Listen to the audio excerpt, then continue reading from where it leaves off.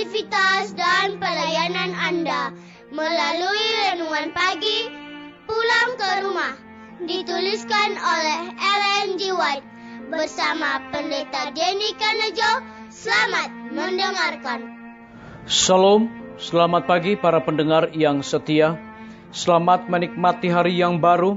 Selamat menerima berkat Tuhan melalui audio Renungan Pagi. Renungan Pagi saat ini tanggal 25 Oktober 2020 berjudul Iblis Jatuh Seperti Kilat. Ayat inti kita terambil di dalam Lukas 10 ayat yang ke-18. Demikian firman Tuhan. Aku melihat iblis jatuh seperti kilat dari langit. Mari kita ikuti penjelasannya.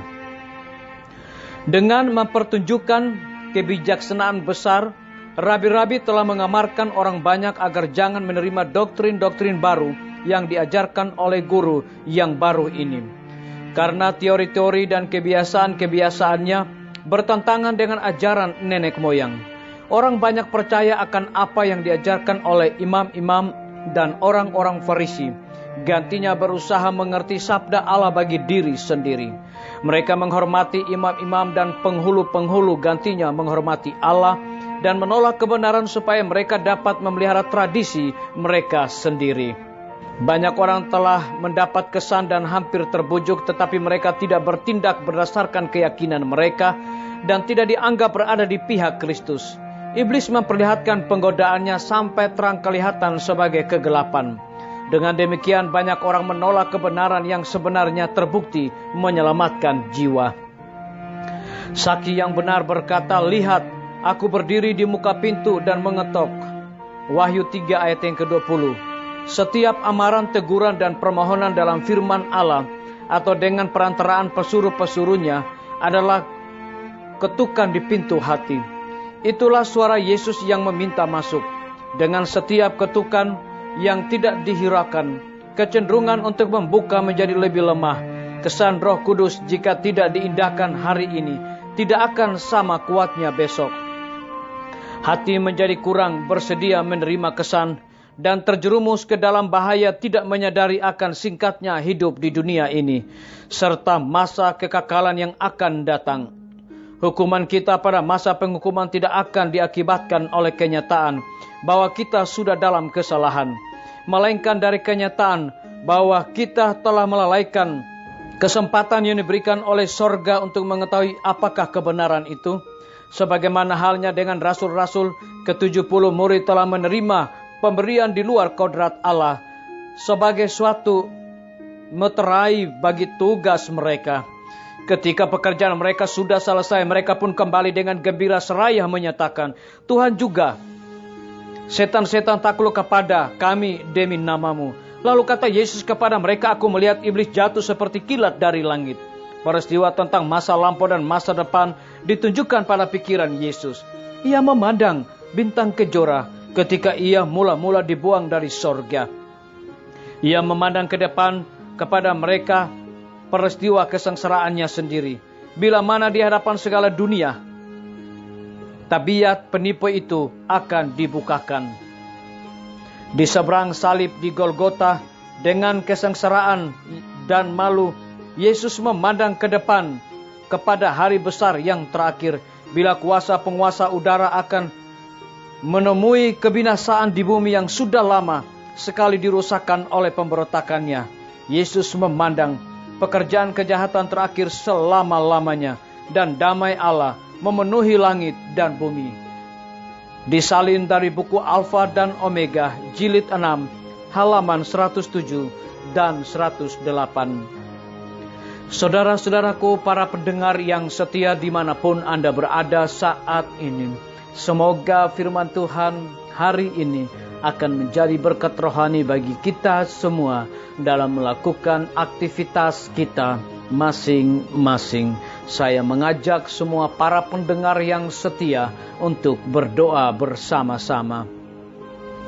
Bapa kami yang bersemayam di dalam takhta kerajaan sorga, terpujilah namamu ya Tuhan di pagi hari ini oleh karena kebenaran firman-Mu memberikan berkat rohani bagi kehidupan kami dan mengingatkan kembali kepada kami, "Lihat, aku berdiri di muka pintu dan mengetok." setiap amaran, teguran, dan permohonan dalam firman Allah atau dengan perantaraan pesuruh-pesuruhnya adalah ketukan di pintu hati. Terpujilah namamu ya Tuhan. Pada saat ini hamba berdoa bagi para tim medis, Tuhan berkati dokter, perawat, bidan, dan semua para pelayan kesehatan yang ada di setiap rumah sakit yang ada di Indonesia. Kiranya hikmat dan pengetahuan sorga Tuhan berikan kepada mereka agar dapat memberikan pelayanan yang terbaik di tengah-tengah pandemi saat ini. Hamba menyerahkan pimpinan-pimpinan organisasi gereja Tuhan dari tingkat yang tertinggi sampai kepada jemaat-jemaat. Seluruh gembala jemaat juga Tuhan urapi mereka di dalam pelayanan mereka. Hamba juga berdoa bagi semua guru-guru, kepala sekolah, dan semua anak didik dimanapun mereka berada. Kiranya berkat dan kasih Tuhan menyertai mereka senantiasa. Kami juga berdoa untuk TNI, Polri, PNS, wira swasta, petani, pedagang, nelayan, tukang Grab, dan juga saudara-saudara kami yang ada di dalam penjara.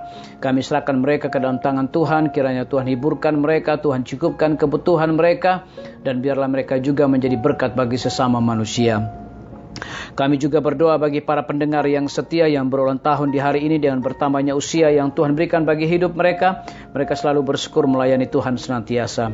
Kami juga berdoa bagi pemerintah kami dari tingkat yang tertinggi sampai kepada pemerintahan yang paling terendah yang ada di desa-desa bahkan RT-RT. Kiranya hikmat dan pengetahuan sorga Tuhan berikan kepada mereka agar dapat menjalankan roda pemerintahan boleh sesuai dengan amanat Tuhan. Terima kasih Tuhan Yesus, dengarlah doa kami Bapa, dan mau mengampuni segala dosa kami karena kami sudah berdoa hanya di dalam nama Tuhan Yesus dan Juru Selamat kami. Amin. Sampai jumpa. Tuhan Yesus memberkati kita semua. Betapa ku rindu negeri yang indah yang disediakan Bapa. Sana orang saleh memuji Tuhan, di surga senang kekal. Ku rindu ke surga, sana rumahku, rindu masuki gerbang mutiara. Tak pernah bersusah atau gentar, di surga ku hidup kekal. Sana ku pandang wajah Rajaku yang telah mati gantiku. Bersuka cita selama-lamanya, di surga senang kekal. Ku rindu ke surga, sana rumahku, rindu masuki gerbang mutiara. Tak pernah bersusah atau gentar, di surga ku hidup kekal. Ku rindu ke surga, sana rumahku, rindu masuki gerbang mutiara. Tak pernah bersusah atau gentar, di surga ku hidup kekal.